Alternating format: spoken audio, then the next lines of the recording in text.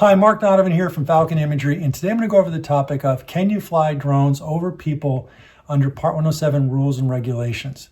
But before I do, I want to just mention that I teach a workshop, a 6.5-hour workshop, usually every month on FAA Part 107 Remote Pilot Test Prep. It's a workshop that will prepare you to take your commercial drone pilot FAA knowledge test.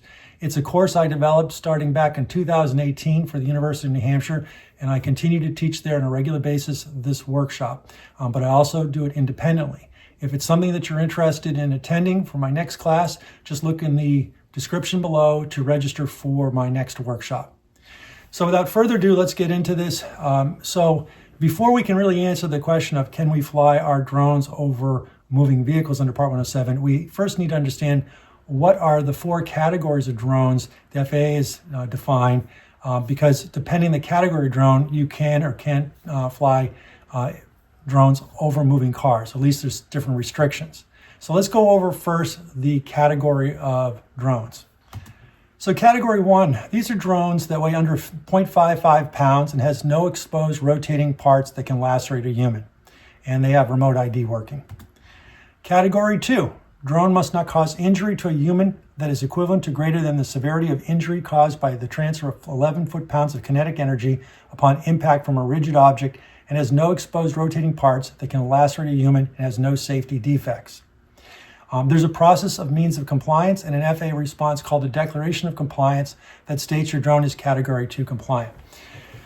So when a drone manufacturer wants to produce a Category 2 drone, they basically need to confirm to the FAA that indeed it will not exceed the 11 foot-pounds of kinetic energy upon impacting a rigid object. And so they'll go through their process of design of that drone, probably instituting some type of parachute assembly, and then they'll put together a means of compliance letter submitted to the FAA, and then the FAA, if they concur with the data from the reports, they will issue a letter of compliance or a declaration of compliance that allows that drone to be classified as a Category 2. So you can go out and buy a Category 2 drone that for a particular make and model and serial number. Just as long as it has this declaration of compliance from the FAA, you'll be good to go flying it under the rules that are see fit for flying over moving vehicles. Category 3 drones. These drones must not cause injury to a human that is equivalent to greater than the severity of injury caused by the transfer of 25 foot-pounds of kinetic energy upon impact from a rigid object and has no exposed rotating parts that can lacerate a human and has no safety defects. Again, there's a means of compliance process and a declaration of compliance process from the FAA that allow this drone type to be certified as a Category 3. And then the last category, Category 4, these are drones that have an airworthiness certificate issued under Part 21 of the Code of Federal Regulations and has an approved operating manual and requires regular maintenance and inspections. This is similar to like a general aviation aircraft where there's a formal regular maintenance and inspection process, and there's an operating handbook on how to operate the drone safely. Now again, with all 4 of these categories, in order for you to fly over moving vehicles, you need remote ID functioning. So now we'll get into flight operations over moving vehicles. It's relatively straightforward here. So under Part 107, depending on the category of drone, you're allowed to fly routine operations over vehicles, again, depending on the category.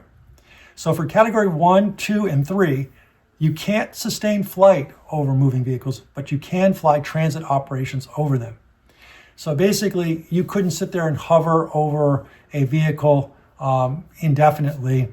You can just transitly fly over it and by it, but not just basically hover on top of it as it's moving. The drone has to be operated in a closed or restricted area, and everybody on site has to have been previously notified that a drone is operating in the area flying over them, these transit operations. So imagine if you're working on a construction site and you've got heavy equipment on that construction site and you're flying a drone over that area. So you can fly over those heavy construction vehicles. You just can't hover over them. And again, you need to give an advance notice that you're going to be performing drone operations before actually flying the drone. Now, last point I want to highlight here is a moving vehicle could be interpreted as, a car, a truck, a skateboard, a bike, even maybe a one-wheel. So just keep that in mind. And then lastly, we have the Category 4 drones. Flight operations over moving vehicles are allowed as long as there is an airworthiness certificate issued and the applicable operating limits in the approved flight manual or as otherwise specified by the FAA do not prohibit such operation.